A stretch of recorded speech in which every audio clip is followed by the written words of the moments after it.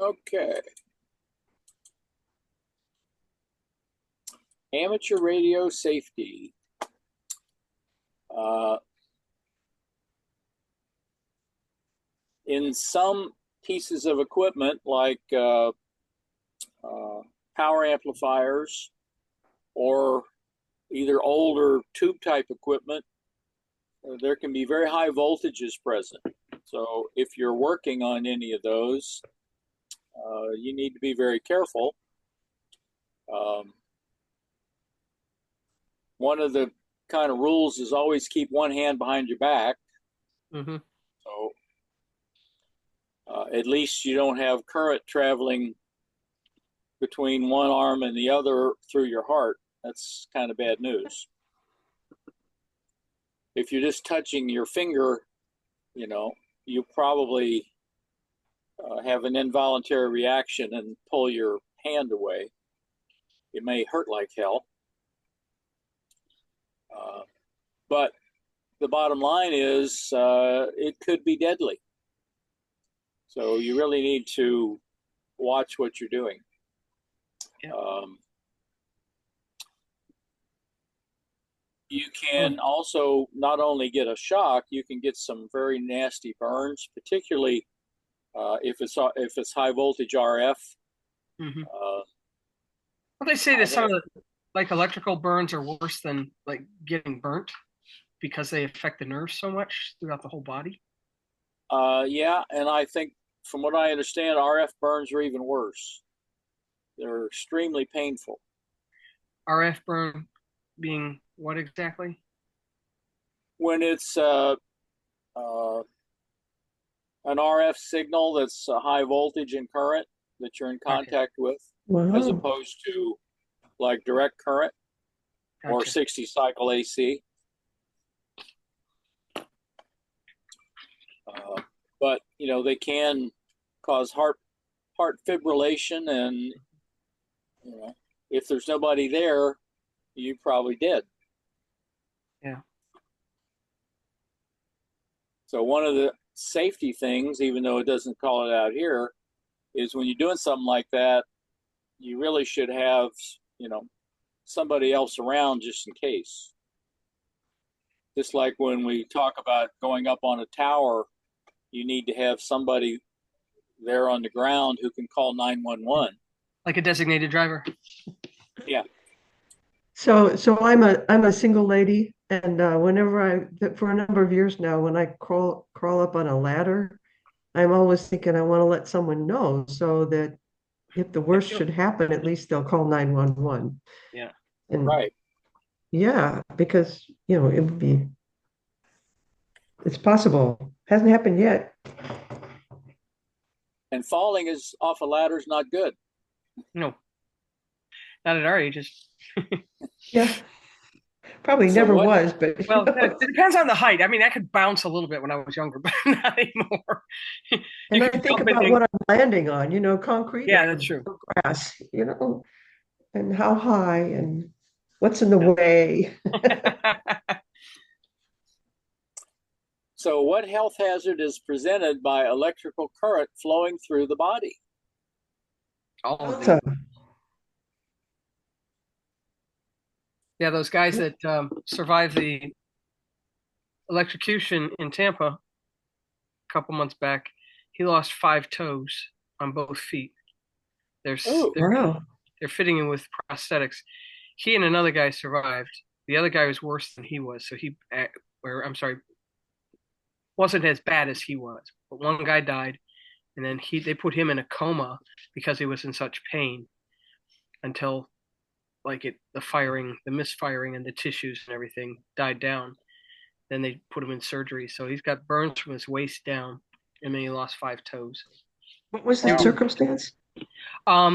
something went wrong, and they were working on a power line. Thankfully, across from I want to say a mobile home community, elderly mobile home community. They saw and or heard, and they lost power. Somebody saw what happened, and they called to get them help immediately. And it said I think they were working on a transformer, but it wasn't grounded. Something was wrong with that's set up, and when they started working on it, they all got electrocuted all the way down to the ground. There was somebody on the ground.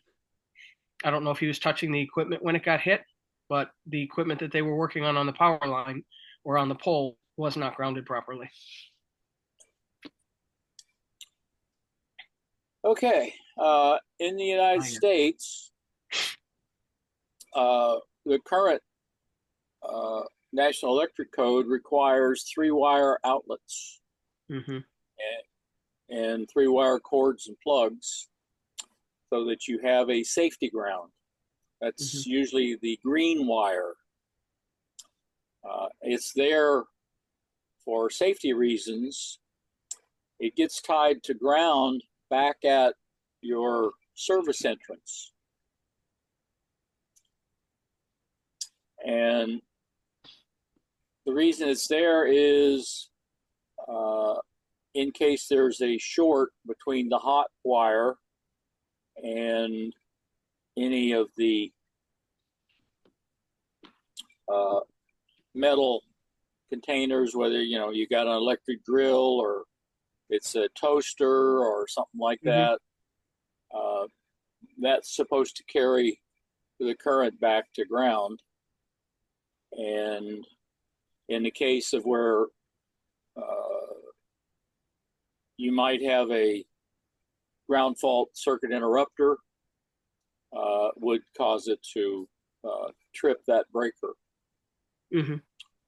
But the safety ground is now required by the National Electric Code in the United States. I don't know. I would assume it's similar in other countries, but I don't know for sure. In your station, you want to have every piece of equipment connected to a single point safety ground that gets tied to an external ground outside, to at least one ground rod. Internally, go ahead. I was wondering why it was preferred to have, or best to have everything connected to a single point safety ground. So that everything is at the same potential. Okay. If you daisy chain them, like tie one to another, because of the difference in resistance, they could be at different potentials. And that could give you, if you touch it, you could get a shock from it.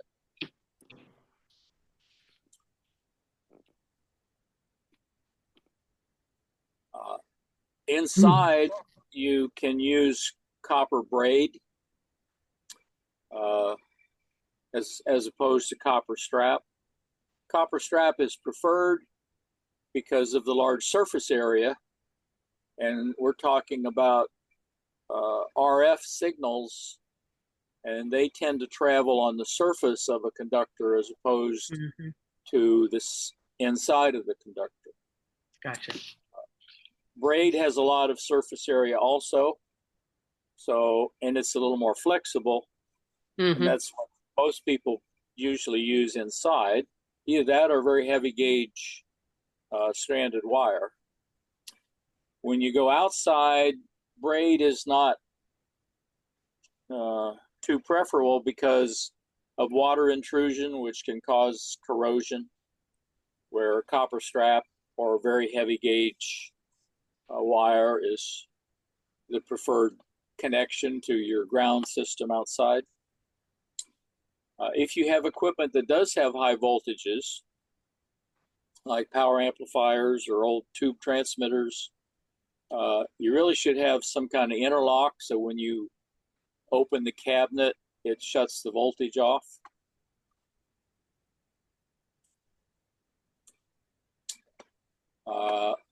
Here's an example of bad grounding, where you had say a lightning strike out here on a power line, and it's going to come through service entrance where you have a ground rod there, but your ground through the house is connected, and those thousands of amperes are going to be traveling through that path, which is usually going to cause some damage, maybe fire. Mm-hmm. Hmm. So the one thing that's missing in this diagram is back up to it, is a ground connection between your shack ground and your service entrance ground. And those should be tied together with some heavy gauge wire. Mm-hmm. Hmm.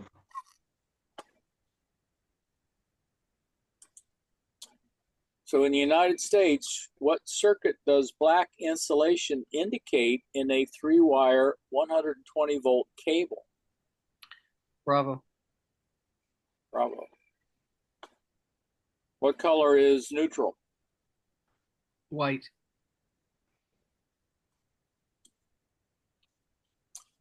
Huh.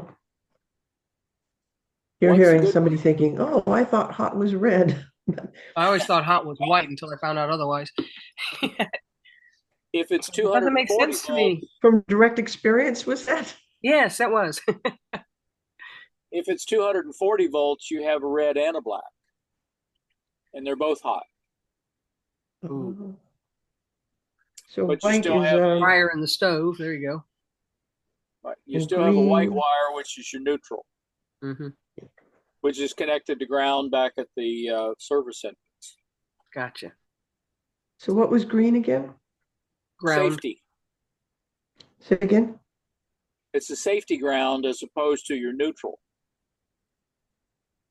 and Okay. they're separated on purpose. Mm-hmm. They're tied together back at the service entrance, but not at other places. Yeah, the green usually goes to something within the component, or like when you put up a light, the support. You've got your green ground goes to that one, so you've got that contact. I just put up an oven vent over the stove, and it had one where I attached it actually to the hood Right. itself. But I still have the Essentially, white. Yeah. essentially any metal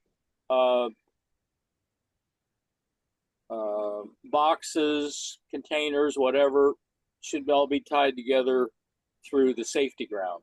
So your electrical outlet, if you have a metal outlet box, the green wire should go to a little lug on that box.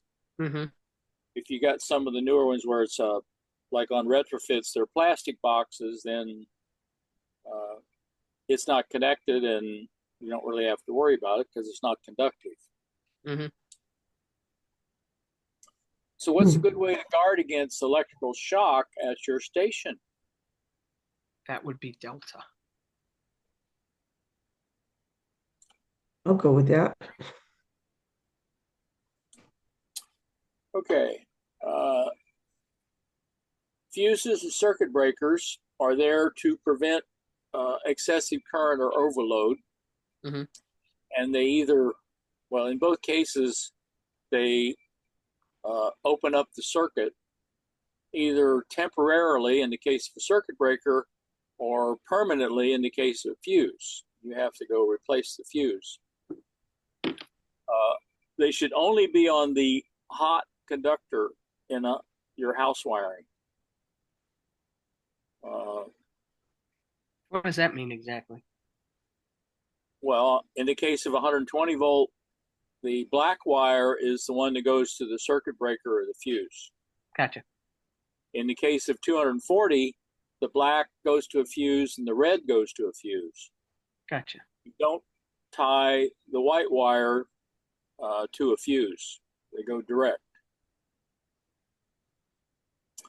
You also need to make sure that the fuses are the proper size. So if you've got a like in your house wiring, you might have 15 or 20 amp receptacles. you need to ensure that you have a circuit breaker or a fuse that is sized for that 15 or 20 amp so that you limit the amount of current. And of course, you never replace the fuse with a bigger one just because you don't have the right size. I remember in the old days where we used to have screw-in fuses and people We put a penny in there. penny in because Yep. it was just the right size. That's a very large value fuse. Just think Christmas Story. What is the purpose of a fuse in an electrical circuit?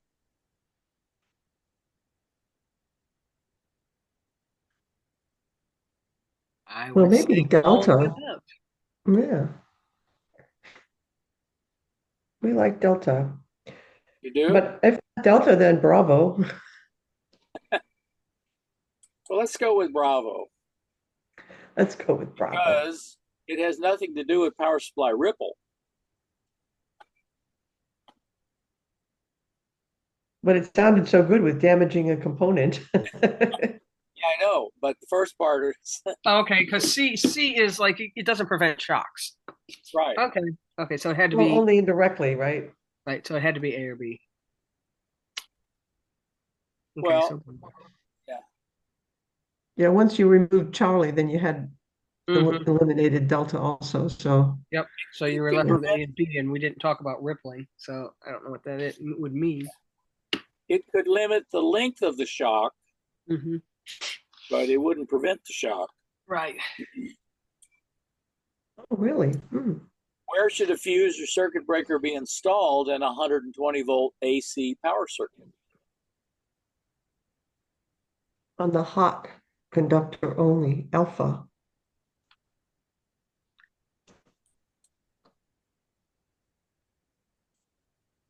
So that's like everything that's in your fuse box, basically, right? Why should a 5 amp fuse never be replaced with a 20 amp fuse? Oh, alpha could cause a fire. So I'd go for Charlie. I'm not sure what blow means. It wouldn't blow. Yeah. It would just allow the current to go through. just pop it maybe, but yeah. And I Charlie, like Charlie.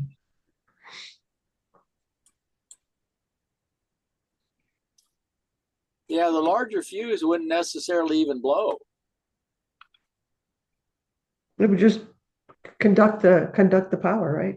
On down It the would line to conduct up whatever. to 20 amps. So if you had a short and it was drawing less than 20 amps, the fuse wouldn't, that 20 amp fuse wouldn't blow.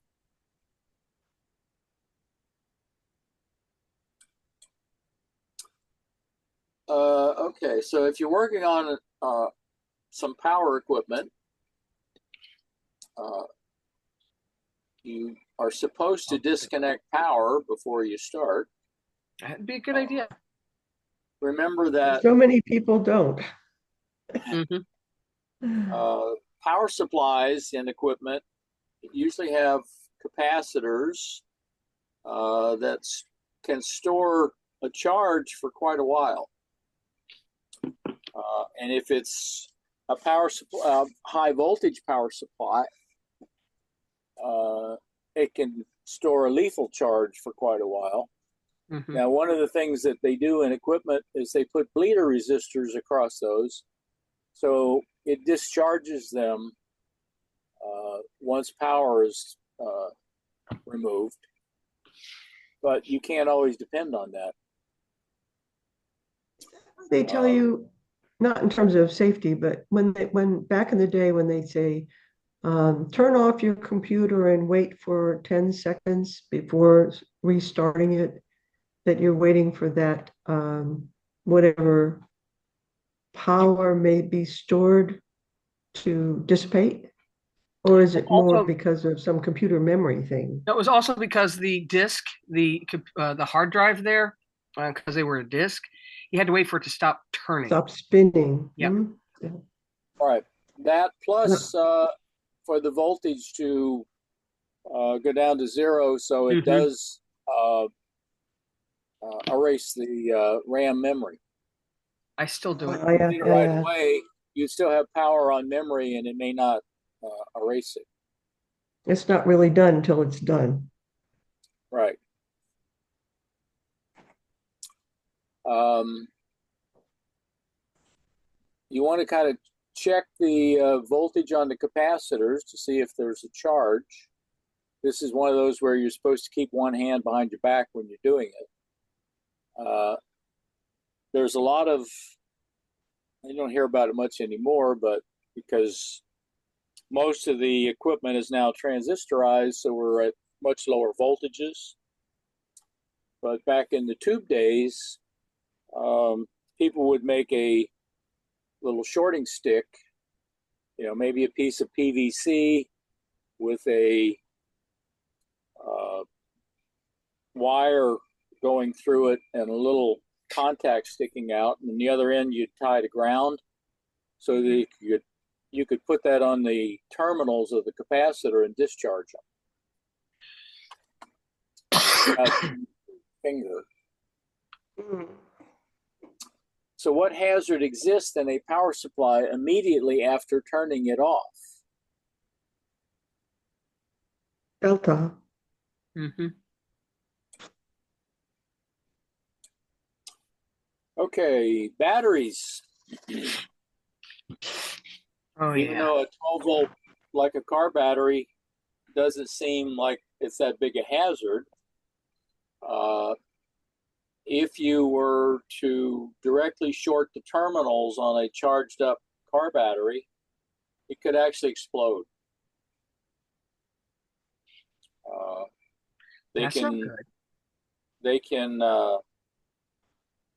generate a tremendous amount of current, and it causes the uh, electrolyte in the battery to generate a lot of hydrogen, which escapes and it's heated. So you have all the conditions for a nice little explosion. Uh, and then make it worse, Hmm. those lead acid batteries, the electrolyte is sulfuric acid. So when it explodes, you not only have the problem of the explosion and shrapnel, you have sulfuric acid spraying around. Not a good situation. Um, Also, if you uh, overcharge it, charge too rapidly, uh, it will cause outgassing of hydrogen, which could also cause at least a fire, if not an explosion.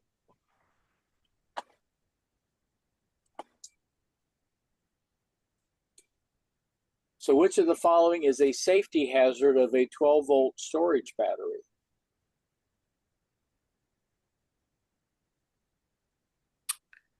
Bravo. Bravo. Oh, bravo. Okay. So, so let's go over this because I thought, oh, batteries, they're dangerous. So if you touch both terminals with your hands, won't you get an electrical shock? Well, you will have electrical current going through you, but uh, most people don't really feel 12 volts. Oh, okay. And it also depend on how wet you are. Hmm. If your fingers are very dry, you're going to be a much higher resistance than if they were wet. So if you lick your fingers and stick them on there, you're going to feel more current. Well, I don't even do that with a 9 volt battery. Just stick it to your tongue. It's so good. Just I what the wouldn't heck, right? I wouldn't exactly call it a shock, but you might feel it. Oh yeah. Here, do this. Huh? Yeah, kids do stuff like that. Oh yeah. Or Like out in the wintertime, yep. somebody Oh yeah. Touch. somebody stick their tongue on a metal signpost. Or Yes, I've had these flagpole. Or experiences. Just bringing Christmas story to mind again. yep. Christmas. Or we did that to my sister on the on the storm door. We had Yeah. her lick the. Mom had to come out with a cup of water to get her tongue off. Yeah. And then what happened to you guys afterward? Oh, Did we she got in ran? trouble, but it was still. I Yeah. think Mom was laughing too hard. Oh no. Sister was dumb enough to do it. So, oh wow, this we all So pretended to lick the side right underneath the handle. Oh, this tastes so good because it's cold. And she got stuck. so I Yeah. did this all by myself. I was probably 6 or 7 years old, and my parents, we were living in Minnesota. It was winter, and we got a new car. You And got a we new were all what? going out for a ride in the new car. And the new Uh-huh. car had a back seat, that would fold down Oh yeah. forward. And so it had those metal square things that would catch on the latch. Can you picture it on the Mhm. top of the seats? Yes. And so I was in the way back and the seat was up because there were a lot of us. And I, because I was a little kid who puts things in their mouth still. And Yes. I put my mouth on that metal thing and I stuck and I didn't tell anybody. I Oh my just, gosh. yeah, I just got off by How myself. long did No you stay that water, way? not very long, but I remember it. And that was a long damn time Once your ago. body warmed it up, you were able to release. Maybe that's what it was. Okay. So, what hazard is caused by charging or discharging a battery too quickly? Alpha. Alpha.